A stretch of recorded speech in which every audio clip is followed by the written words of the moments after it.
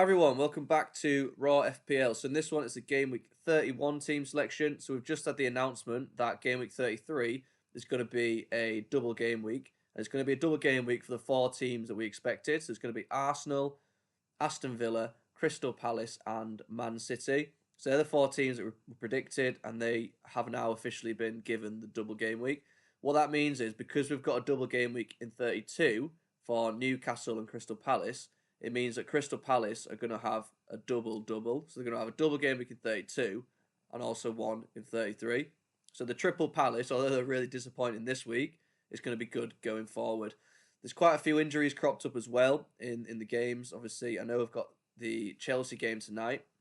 But yeah, there's quite a few injuries. So you've got Isak, he went off with a potential injury. Gabriel's injury doesn't look good. Gordon's obviously still flagged. Cliver, he didn't play at all. And also, obviously, Foden was completely left out.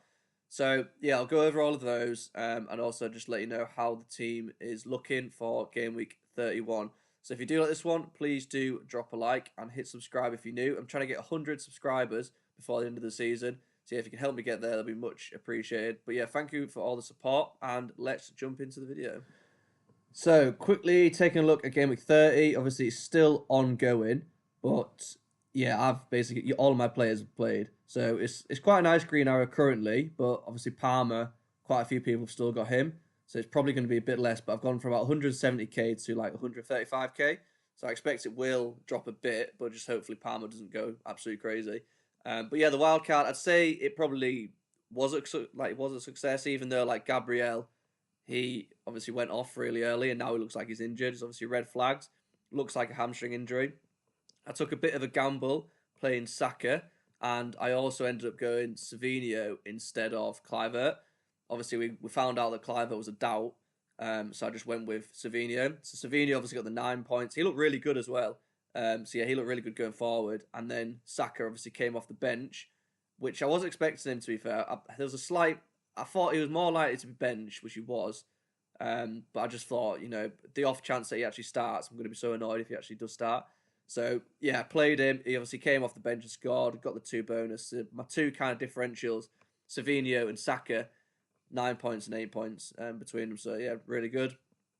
Marmoush looked good. Obviously, if Haaland seems to be out now for, I think there's reports like 7 weeks. So Marmoush looked good. He obviously got the 9 points, got the goal. And then Isak, he got the 8 points. Guardiola as well. He was the other returning defender. He got 6 points there. But the rest of them blanked. And it was the Palace boys. I thought that fixture was going to be so good for them. But yeah, it was. They all absolutely had a bit of a stinker, really. Mateta, I mean, he was so unlucky. He could have had 2 goals. I do think he's going to be good, and he was subbed slightly early. But I think he's going to be fine because I think he's obviously coming back from that injury. So, yeah, I think, especially with that double-double, I just think he's going to be, he should start them.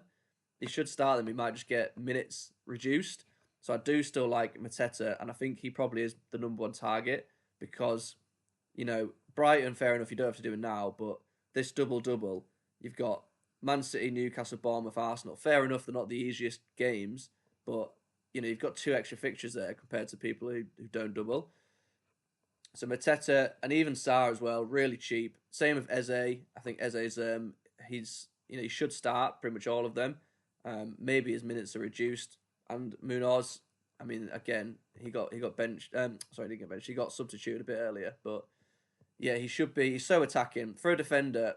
It's not brilliant, the fixtures, but he's so attacking, and like I said, he's got a double-double. So if you are looking for a Gabriel replacement, as I say, it looks quite bad apparently, so we don't know when he's coming back, but I think at this point, it probably is a sell because, yeah, the initial reports look like it's going to be, definitely miss a few games. So he's going to miss this double game week here, probably. Game week 33. So in that case, I probably would sell. There's a couple of options. You could either just play it safe and go to Saliba, which I would do. And I was going to do that. But as you can see, I've only got 6.2 when I sell him. And annoyingly, Saliba's gone up to 6.3. So I can't even get him. So yeah, I'm 0.1 short there, which is pretty annoying. So the other option, I quite like Trippier.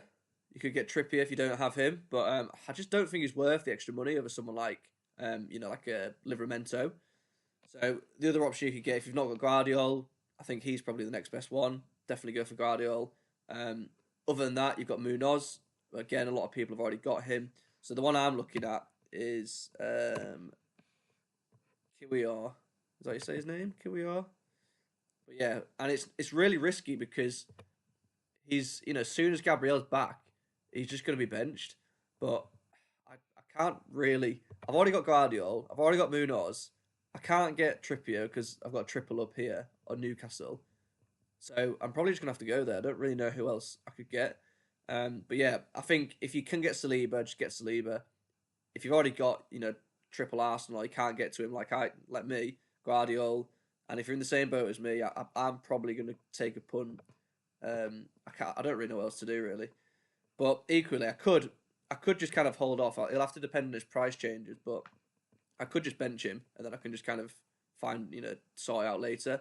So I'm probably going to roll the transfer and just bench him for now and then see how it goes, in the upcoming game weeks.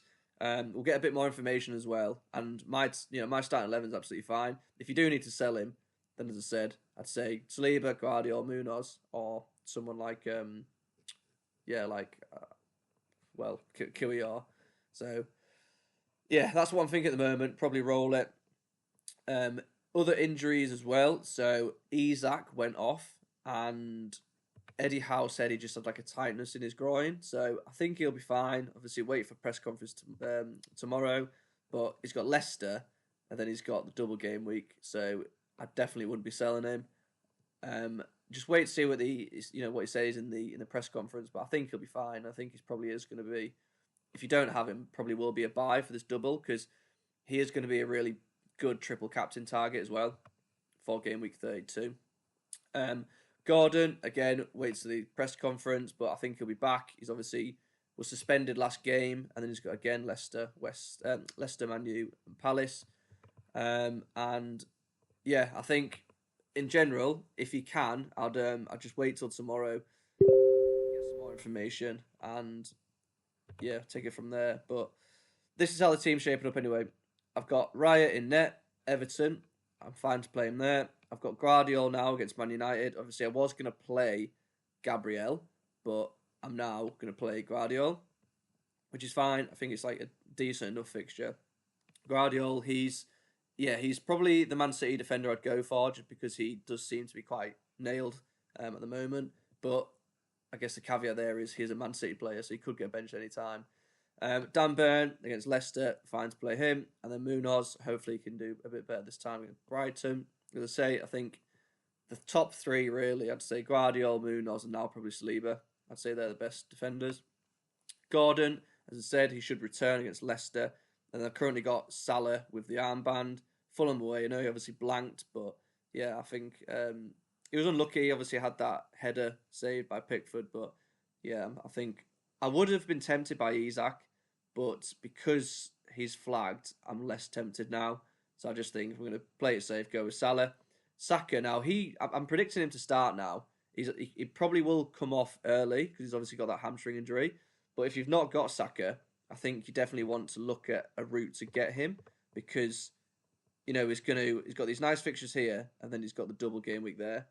If you're free hitting in game week 34, obviously you don't need to worry about game week 34 because you're free hit. If you're not free hitting, then a team like Newcastle, they're pretty good because they double, but they don't blank in game week 34. So they're good team to target.